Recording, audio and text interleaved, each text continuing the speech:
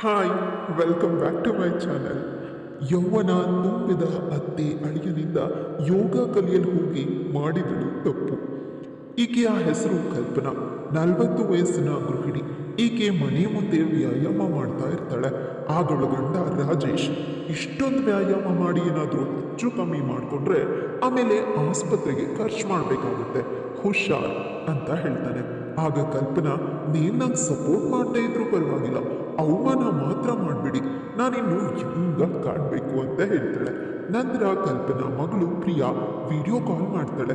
ನಾನು ಹಾಗೂ ನನ್ನ ಗಂಡ ರಾಜ್ ರಜೆ ತಗೊಂಡು ನಿಮ್ಮ ಮನೆಗೆ ಬರ್ತಾ ಇದ್ದೀವಿ ಅಂತ ಹೇಳ್ತಾಳೆ. ಇದರಿಂದ ಕಲ್ಪನಾಗೆ ಸಿಕ್ಕಾಪಟ್ಟೆ ಖುಷಿ ಆಗುತ್ತೆ. ಮತ್ತೊಂದು ದಿನ ಕಲ್ಪನಾ ಬ್ಯೂಟಿ ಪಾರ್ಲರ್ ಇಂದ ಮನೆಗೆ ಬರ್ತಾಳೆ. ನಾನು 1,500 ಕೊಟ್ಟು ಗೋಲ್ಡ್ ಫೇಶಿಯಲ್ ಮಾಡಿಸಿದ್ದೀನಿ, ಹೇಗೆ ಕಾಣಿಸ್ತಾ ಇದ್ದೀನಿ ಅಂತ ಗಂಡನ ಕೇಳ್ತಾಳೆ. ಆಗ ಅವನು, ಈ ವಯಸ್ಸಲ್ಲಿ ನಿನ್ಗಿದೆಲ್ಲ ಬೇಕಾ ಅಂತ ಸುಮ್ಮನೆ ಕೆಲಸ ಮಾಡ್ಕೊತಾ ಕೊಡ್ಕೊಡ್ತಾನೆ. ಆಗ ಕಲ್ಪನಾ ಅವನನ್ನ ಬೆಡ್ರೂಮ್ಗೆ ಕರೀತಾಳೆ. ಆದ್ರೆ ರಾಜೇಶ್ ಅವಳಿಗೆ ಸಹಕಾರ ಕೊಡೋದಿಲ್ಲ. ಬೆಡ್ರೂಮ್ಗೆ ಅಂದ್ರೆ ಅರ್ಥ ಆಗತ್ತಲ್ವಾ, ನಿಮ್ಗೆ ಎಕ್ಸ್ಪ್ಲೈನ್ ಮಾಡೋ ಅವಶ್ಯಕತೆ ಇಲ್ಲ ಅನ್ಕೊಂಡು, ನೀವೆಲ್ಲ ಸಿಕ್ಕಾಪಟ್ಟೆ ಬುದ್ಧಿವಂತರು ಅಂತ ನಂಗೆ ಚೆನ್ನಾಗಿ ಗೊತ್ತು. ನನ್ನ ಗಂಡ ಅಯ್ಯೋ ಮುದ್ಕ ಆಗ್ಬಿಟ್ಟಿದ್ದಾನೆ ಅಂತ ಅವಳು ಬೈಕೊಂಡು ನಂತರ ಆಕೆ ಫ್ರೆಂಡ್ ಆಕಾಶ್ ಎಂಬ ವ್ಯಕ್ತಿ ಮೆಸೇಜ್ ಮಾಡ್ತಿರ್ತಾನೆ. ಆಗ ಕಲ್ಪನಾ ಕೂಡ ರಿಪ್ಲೈ ಕೊಡ್ತಾಳೆ. ಮರುದಿನ ಪ್ರಿಯಾ ಹಾಗೂ ರಾಜ್ ಮನೆಗೆ ಬರ್ತಾರೆ. ಇವರೆಲ್ಲ ಖುಷಿ ಪಡ್ತಾರೆ.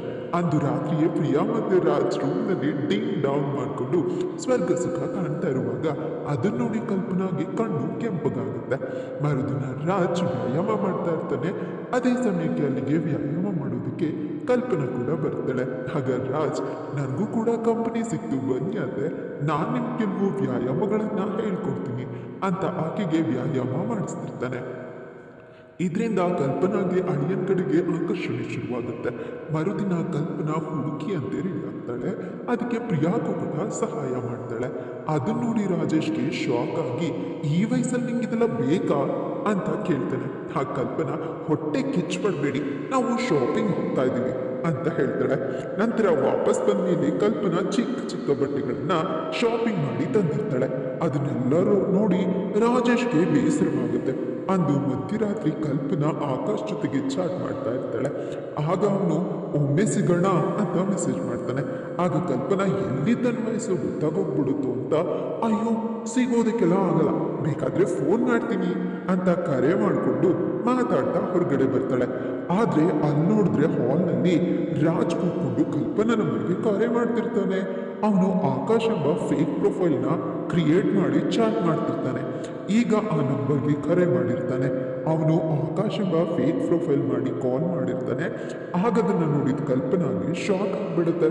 ಆದ್ರೆ ರಾಜ್ ಯಾವುದೇ ಸಂಕೋಚ ಪಡೋದಿಲ್ಲ. ಒಳ್ಳೇದೇ ಆಯ್ತು ಅಂತೆ, ನಾವಿಬ್ರು ರಹಸ್ಯ ನಮಗೆ ಗೊತ್ತಾಗಿತ್ತು. ನನಗೆ ಗೊತ್ತು ನೀವು ಒಂಟಿತನನ ಫೀಲ್ ಮಾಡ್ತಿದ್ದೀರ ಅಂತ. ನಾನು ಕೂಡ ಒಂಟಿಯಾಗಿದ್ದೀನಿ. ಈಗ ನಾವಿಬ್ರು ನಮ್ಮ ಆಸೆಗಳನ್ನ ಪೂರೈಕೆ ಮಾಡ್ಕೊಳ್ಳೋಣ ಅಂತ ಕಲ್ಪನಾ ಮೇಲೆ ರಾಜ್ ಕೈ ಆಡಿಸ್ತಾನೆ. ಆಗಾಗ್ಗೆ ಸಂಕೋಚವಾಗುತ್ತಾ ಇರುತ್ತೆ. ಮತ್ತೆ ಮಾತೇ ಬರೋದಿಲ್ಲ. ಮಾತು ಹೇಗೆ ಬರೋದು ಸಾಧ್ಯ? ಅಳಿಯ ಆ ರೀತಿ ಎಲ್ಲ ಮಾಡ್ತಾ ಇದ್ರೆ ಅಲ್ವಾ? ನಂತರ ಆಕೆನ ಬೇರೆ ಬೆಡ್ರೂಮ್ಗೆ ಕರ್ಕೊಂಡು ಹೋಗಿ ಇಬ್ರು ಮುಂದಾಡ್ತಾ ಸ್ವರ್ಗ ಸುಖ ಕಾಣ್ತಾರೆ. ಬೆಳಗ್ಗೆ ತಿಂಡಿ ಮಾಡುವಾಗ ಕೂಡ ಟೇಬಲ್ ಕೆಳಗಡೆ ಕಲ್ಪನಾ ಮತ್ತೆ ರಾಜ್ ಕಾಲನ್ನ ಸವರ್ತಾ ಇರ್ತಾಳೆ. ನಂತರ ಕಲ್ಪನಾ ಬಟ್ಟೆ ಒಣಗಾಕುವಾಗ ಅಲ್ಲಿಗೆ ಬಂದಂತಹ ರಾಜ್ ಆಕೆಗೆ ಒಂದು ಬಟ್ಟೆನ ಗಿಫ್ಟ್ ಮಾಡ್ತಾನೆ. ನಂತರ ರಾಜೇಶ್ ಮಲಗಿದ ಮೇಲೆ ಆಕೆ ರಾಜ್ನ ರೂಮ್ಗೆ ಬರ್ತಾಳೆ. ಅಲ್ಲಿ ತನ್ನ ನೈಟಿನ ತೆಗೆದಾಗ ಅಲ್ಲಿ ಆ ಶಾರ್ಟ್ ಡ್ರೆಸ್ ಅನ್ನ ಕಲ್ಪನಾ ಹಾಕೊಂಡಿರ್ತಾಳೆ. ನಂತರ ಇಬ್ಬರು ಎಂದಿನಂತೆ ಸ್ವರ್ಗ ಸುಖ ಕಾಣ್ಕೊಂಡು ಅಲ್ಲಿ ಮಲ್ಕೋತಾರೆ. ಎಲ್ಲ ಮುಗಿದ್ಮೇಲೆ ರಾಜ್, ಇನ್ನೂ ಎಷ್ಟು ದಿನ ಇಲ್ಲಿ ಇರೋದಿಕ್ ಸಾಧ್ಯ, ನನ್ನ ರಜೆ ಎಲ್ಲ ಮುಗ್ದಿದೆ, ನಾನು ನಮ್ಮ ಊರಿಗೆ ಹೋಗ್ಲೇಬೇಕು ಅಂತ ಹೇಳ್ತಾನೆ. ಆ ಕಲ್ಪನಾ, ಇಲ್ಲೇ ಉಳ್ಕೊಳ್ಳಿ ಪ್ಲೀಸ್ ಅಂತ ಕೇಳ್ಕೊಳ್ತಾಳೆ. ಆಗ ರಾಜ್, ಯೋಚಿಸ್ಬೇಡ, ನಾವಿಬ್ರು ನಮ್ಮ ಸಂಬಂಧನ ಮುಂದುವರಿಸೋಣ, ನಾನು ಆಗಾಗ ಬರ್ತಾ ಇರ್ತೀನಿ ಅಂತ ಹೇಳ್ತಾನೆ. ಮರುದಿನ ಬೆಳಗ್ಗೆ ಪ್ರಿಯಾ ಹಾಗೂ ರಾಜ್ ಅಲ್ಲಿಂದ ಹೊರಟೋಗ್ತಾರೆ. ಆಗ ಕಲ್ಪನಾ ಬೇಸರದಲ್ಲಿ ಕಳಿಸ್ಕೊಡ್ತಾಳೆ. ಅಂದು ರಾತ್ರಿ ರಾಜೇಶ್ ಮಗಳು ಅಳಿಯ ತಲುಪಿದ್ದಾರೆ ಅಂತ ಹೇಳ್ತಾನೆ. ಅದನ್ನ ಕೇಳಿ ಶಾಕ್ ಆಗುತ್ತೆ ಕಲ್ಪನಾಗೆ. ಹೌದಾ, ನನಗೆ ತಿಳಿಸೇ ಇಲ್ವಲ್ಲ ಅಂತ ಕೋಪ ಮಾಡ್ಕೊಳ್ತಾಳೆ. ನಂತರ ಕಲ್ಪನಾ ರಾಜ್ಗೆ ಮೆಸೇಜ್ ಮಾಡ್ತಾಳೆ. ಆಗ ರಾಜ್, ನಂಗೆ ತುಂಬಾ ಸುಸ್ತಾಗಿದೆ, ನಾಳೆ ಮಾತಾಡ್ತೀನಿ ಅಂತ ರಿಪ್ಲೈ ಕೊಡ್ತಾನೆ. ಇದರಿಂದ ಕಲ್ಪನಾಗೆ ಸಿಕ್ಕಾಪಟ್ಟೆ ಬೇಜಾರಾಗುತ್ತೆ. ಮರುದಿನ ಬೆಳಗ್ಗೆ ಕಲ್ಪನಾ ಸ್ನಾನ ಮಾಡಿ ಬರುವಷ್ಟರಲ್ಲಿ ರಾಜೇಶ್ ಆಕೆ ಫೋನನ್ನು ನೋಡ್ತಿರ್ತಾನೆ. ಅದರಲ್ಲಿ ಅವರಿಬ್ಬರ ರೊಮ್ಯಾಂಟಿಕ್ ಫೋಟೋಗಳು ಇರುತ್ತೆ. ನಂತರ ಕಲ್ಪನಾ ಬಂದ್ಮೇಲೆ ರಾಜೇಶ್ ಏನಿದೆಲ್ಲ ಅಳಿಯನ್ ಜೊತೆ ಈ ರೀತಿ ನಡ್ಕೊಂಡಿದ್ಯಾ ಅಂತ ಕೇಳ್ತಾನೆ. ಆಗ ಕಲ್ಪನಾ ಅಯ್ಯೋ ರೀ ಇದೆಲ್ಲ ಹೇಗಾಯ್ತು ನನಗೆ ಗೊತ್ತಿಲ್ಲ ಅಂತ ಹೇಳ್ತಾಳೆ. ಆಗ ರಾಜೇಶ್ ಅವಳ ಕಪ್ಪಾಳಕ್ಕೆ ಬಯಸ್ತಾನೆ. ನೀನು ಯುವತಿ ಆಗೋದಕ್ಕೆ ಬಯಸಿ ಬೇರೆ ಗಂಡಸರನ್ನ ಆಸೆ ಪಡ್ತಾ ಇದ್ಯಾ, ಅದು ಬೇರೆ ಯಾರು ಅಲ್ಲ ನಮ್ಮ ಅಳಿಯನನ್ನ, ನಿನ್ ಸ್ವಂತ ಮಗಳು ಗಂಡನನ್ನ. ನಾನು ಯಾರನ್ನ ಮಗ ಅನ್ಕೊಂಡಿದ್ದೀನೋ ನೀನವನ ಜೊತೆ ಥೂ ಎಂತ ಕೆಲಸ ಮಾಡಿದ್ಯಾ. ನಾನು ಈಗಲೇ ಎಲ್ಲ ವಿಷಯನ ಪ್ರಿಯಾಗ್ ಹೇಳ್ತೀನಿ. ಯಾಕಂದ್ರೆ ರಾಜ್ ನಿನ್ ಜೊತೆ ಹೀಗೆ ನಡ್ಕೊಂಡಿದ್ದಾನೆ ಅಂತಂದ್ರೆ ಇನ್ನು ಅವನಿಗೆ ಎಷ್ಟೆಲ್ಲ ಅಫೇರ್ಗಳು ಇರ್ಬೋದು ಅಂತ ಹೇಳಿ ಹೋಗುವಾಗ ಅವನ ಕಲ್ಪನಾ ತಡೆಯೋದಕ್ಕೆ ಪ್ರಯತ್ನ ಮಾಡ್ತಾಳೆ. ಆಗ ಆಕೆನ ತಳ್ಳಿ ರಾಜೇಶ್ ಓದುವಾಗ ಫ್ಲವರ್ ವಾಸ್ನಿಂದ ಹೊಡೆದು ಬಿಡ್ತಾಳೆ. ಅವನ ಪ್ರಾಣ ಅಲ್ಲೇ ಹೊರಟೋಗ್ಬಿಡುತ್ತೆ. ಮರುದಿನ ಫೋಟೋ ಮುಂದೆ ಬಿಳಿ ಸೀರೆ ಉಟ್ಕೊಂಡು ನಿಂತಿರ್ತಾಳೆ. ಮನೆಯವ್ರಿಗೆಲ್ಲ ಅವನ ಮಾಡಿ ಮನೆಯಿಂದ ಬಿದ್ದು ತಲೆ ಪೆಟ್ಟಾಗಿ ಸತ್ ಹೋದ ಅಂತ ಕತೆ ಕಟ್ಟಿರ್ತಾಳೆ. ಆಗ ರಾಜ್ ಬಂದು ನಾವು ನಿಮ್ಮನ್ನ ಒಂಟಿಯಾಗಿ ಬಿಡುವುದಿಲ್ಲ, ನಾವು ನಿಮ್ ಜೊತೆನೆ ಇರ್ತೀವಿ ಅಂತ ಕಲ್ಪನಾಳ ಕೈ ಮುಟ್ತಾನೆ. ಆಗ ಕಲ್ಪನಾ ಆಸೆಯಿಂದ ರಾಜ್ನನ್ನು ನೋಡ್ತಾಳೆ. ನಂತರ ರಾಜ್ ಮಾಡಿ ಮೇಲೆ ನಿಂತು ದಮ್ ಹೊಡಿತಾ ಇರ್ತಾನೆ. ಆಗ ಹಿಂದಿನಿಂದ ಬಂದ ಕಲ್ಪನಾ ಅವನನ್ನ ತಪ್ಕೊಳ್ತಾಳೆ. ರೊಮ್ಯಾಂಟಿಕ್ ಮಾತುಗಳನ್ನ ಆಡೋದಕ್ಕೆ ಬಯಸ್ತಾಳೆ. ಆಗ ರಾಜ್ ಶಾಕ್ ಆಗ್ತಾನೆ. ಇಂತಹ ಸಿಚುಯೇಷನ್ ನಲ್ಲಿ ಕೂಡ ಹೀಗ್ ನಡ್ಕೊಳ್ಳೋದಿಕ್ಕೆ ಹೇಗ್ ಸಾಧ್ಯ ಅಂತ ಕೇಳ್ತಾನೆ. ಆಗ ಕಲ್ಪನಾ ನತ್ತ ಈ ಸಿಚುಯೇಷನ್ ಮಾಡಿದ್ದೆ ನಾನು, ನಮ್ಮಿಬ್ರ ವಿಷಯ ನನ್ನ ಗಂಡನ್ಗೆ ಗೊತ್ತಾಗ್ಬಿಟ್ಟಿತ್ತು, ಅವನು ಮಗಳಿಗೆ ಹೇಳ್ಬಿಡ್ತೀನಿ ಅಂತ ಹೆದರಿಸ್ದ. ಅದಕ್ಕೆ ನಾನು ಅವನನ್ನ ಮುಗಿಸ್ಬಿಟ್ಟೆ. ಈಗ ನೋಡು ನೀವಿಬ್ರು ಇಲ್ಲೇ ಇರ್ತೀರಾ, ಒಂದೇ ಏಟಲ್ಲಿ 2 ಹಕ್ಕಿ ಹೊಡೆದಿದ್ದೀನಿ ಅಂತ ಹೇಳಿಕೊಂಡು ನಗ್ತಾಳೆ. ಆದ್ರೆ ಇದರಿಂದ ಮಾತ್ರ ರಾಜ್ಗೆ ದೊಡ್ಡ ಶಾಕೇ ಆಗ್ಬಿಡುತ್ತೆ. ಅಂದು ರಾತ್ರಿ ಊಟ ಮಾಡುವಾಗ ಬಿಳಿ ಸೀರೆನ ತೆಗೆದು ಕಲರ್ ಸ್ಯಾರಿನಲ್ಲಿ ಕಲ್ಪನಾ ಬರ್ತಾಳೆ. ಅವಳು ನೋಡಿ ಪ್ರಿಯಾ ಶಾಕ್ ಆಗ್ತಾಳೆ. ಆಗ ಕಲ್ಪನಾ ನಿನ್ ತಂದೆಗೂ ಕೂಡ ನಾನು ಬಿಳಿ ಸೀರೆ ಉಟ್ಕೊಂಡು ದುಃಖ ಪಡೋದು ಇಷ್ಟ ಇರಲಿಲ್ಲ, ಅದಕ್ಕಾಗಿ ನಾನು ಈ ತರ ಬದಲಾಗಿದ್ದೀನಿ ಅಂತ ಮಗಳಿಗೆ ಹೇಳಿ ಯಾಮಾರಿಸ್ತಾಳೆ. ಅಂದು ಮಧ್ಯರಾತ್ರಿ ರಾಜ್ಗೆ ಕರೆ ಮಾಡಿ ತನ್ನ ರೂಮ್ಗೆ ಕಲ್ಪನಾ ಕರೆಸ್ಕೊಳ್ತಾಳೆ. ನಾನು ನಿನ್ಗೋಸ್ಕರ ಕಾಯ್ತಿದ್ದೀನಿ ಅಂತ ಬೆಡ್ಗೆ ಕರೀತಾಳೆ. ಆಗ ರಾಜ್ ನೀನು ಇಂಥ ಸಿಚುವೇಶನ್ ನಲ್ಲಿ ಕೂಡ ಸ್ವಲ್ಪ ನಿಧಾನವಾಗಿ ಯೋಚಿಸ್ಬೇಕಾಗತ್ತೆ, ತಪ್ಪು ಮಾಡಬಾರ್ದು, ಪ್ರಿಯಾ ಕೂಡ ಮಲ್ಕೊಂಡಿದ್ದಾಳೆ ಅಂತ ಅಲ್ಲಿಂದ ಎದ್ದು ಹೋಗ್ಬಿಡ್ತಾನೆ. ಇದರಿಂದ ಕಲ್ಪನಾಗೆ ಬೇಸರವಾಗುತ್ತೆ. ಮರುದಿನ ಬೆಳಗ್ಗೆ ರಾಜ್ ಪ್ರಿಯಾ ಜೊತೆ ಸ್ವಲ್ಪ ರೊಮ್ಯಾಂಟಿಕ್ ಆಗಿ ನಡ್ಕೊಳ್ತಿರೋ ಸಮಯದಲ್ಲಿ ಅಲ್ಲಿಗೆ ಕಲ್ಪನಾ ಬಂದು ನೋಡಿ ಕೋಪದಿಂದ ಹೊರಟೋಗ್ತಾಳೆ.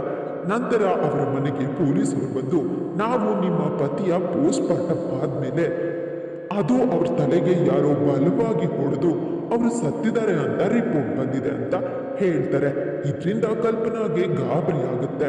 ಆಗ ಕಲ್ಪನಾ ಅವರು ಮೆಟ್ಲು ಮೇಲಿಂದ ಬಿದ್ಬಿಟ್ರು, ಅದಕ್ಕೆ ಸತ್ತಿರ್ಬೋದು ಅಂತ ನಾನ್ ತಿಳ್ಕೊಂಡಿದ್ದೆ ಅಂತ ಹೇಳ್ತಾಳೆ.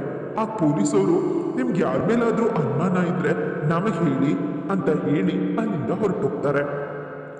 ಅವತ್ ರಾತ್ರಿ ಮತ್ತೆ ರಾಜ್ನನ್ನ ಬೆಡ್ರೂಮ್ಗೆ ಕರ್ಕೊಂಡು ಬಂದು ಬಲವಂತ ಮಾಡ್ತಾಳೆ. ಆಗ ರಾಜ್ ಪೊಲೀಸರು ಕೂಡ ತನಗೆ ಶುರು ಮಾಡಿದ್ದಾರೆ, ಸಿಕ್ಕಾಕೊಂಡ್ರೆ ನೀನು ನಾನು ಇಬ್ರಿಗೂ ಜೈಲು ಹೋಗ್ಬೇಕಾಗತ್ತೆ, ಯಾಕಂದ್ರೆ ಒಂದ್ ರೀತಿ ಅವರನ್ನ ಕೊಲ್ಲೋದಕ್ಕೆ ನಾನೇ ಕಾರಣ ಅಂತ ಆಕೆಗೆ ಬುದ್ಧಿ ಹೇಳ್ತಾ ಇರುವಾಗ್ಲೇ ಅಲ್ಲಿಗೆ ಪ್ರಿಯಾ ಬಂದ್ಬಿಡ್ತಾಳೆ.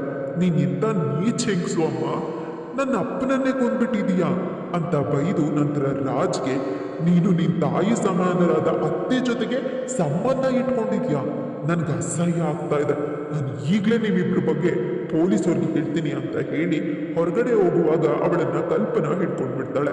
ನೋಡ್ ಪ್ರಿಯಾ, ಇದನ್ನ ಒಪ್ಕೊಬಿಡು, ಅವಾಗ ನಾನು ನನ್ನ ಇಡೀ ಆಸ್ತಿನ ನಿನಗೆ ಕೊಟ್ಬಿಡ್ತೀನಿ, ಆಗ ನೀನು ನಿನ್ ಗಂಡ ಇಲ್ಲ ಆರಾಮಾಗಿರ್ಬೋದು ಅಂತ ಹೇಳ್ತಾಳೆ. ಆ ಪ್ರಿಯಾ ನೀನು ನನಗೇನು ಭಿಕ್ಷೆ ಕೊಡ್ಬೇಕು, ನನ್ನಪ್ಪ ಅವತ್ತೇ ನನ್ಗೆ ಹೇಳಿದ್ದಾರೆ ಇಡೀ ಆಸ್ತಿನ ನನ್ನ ಹೆಸ್ರಿಗೆ ಬರ್ತಿದ್ದೀನಿ ಅಂತ, ನೀನ್ ನನಗೆ ಯಾವುದೇ ದುರಾಸೆ ತೋರಿಸ್ಬೇಕಾಗಿಲ್ಲ ಅಂತ ಹೇಳ್ತಾಳೆ.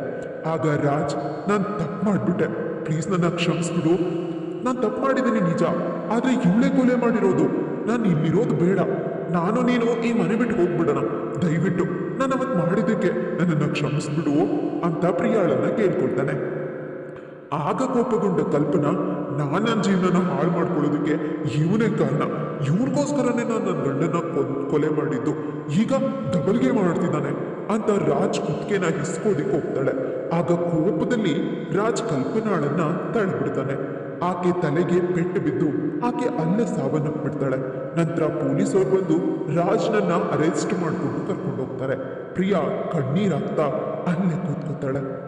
ಇದರಲ್ಲಿ ಯಾರು ತಪ್ಪು ಯಾರು ಸರಿ ಅಂತ ನಾನು ಹೇಳಲ್ಲ, ನಿನ್ನೆ ವಿವೇಚನೆಗೆ ಬಿಟ್ಟಿದ್ದು. ಕತೆ ಇಲ್ಲಿ ಮುಗಿಯುತ್ತೆ. ಮತ್ತೊಂದು ಇಂಟ್ರೆಸ್ಟಿಂಗ್ ಆಗಿರುವಂತಹ ಕತೆ ಜೊತೆ ನಾನು ಮತ್ತೆ ಬರ್ತೀನಿ. ಅಲ್ಲಿವರೆಗೂ ವೆಯ್ಟ್ ಮಾಡ್ತಾ ಇರಿ.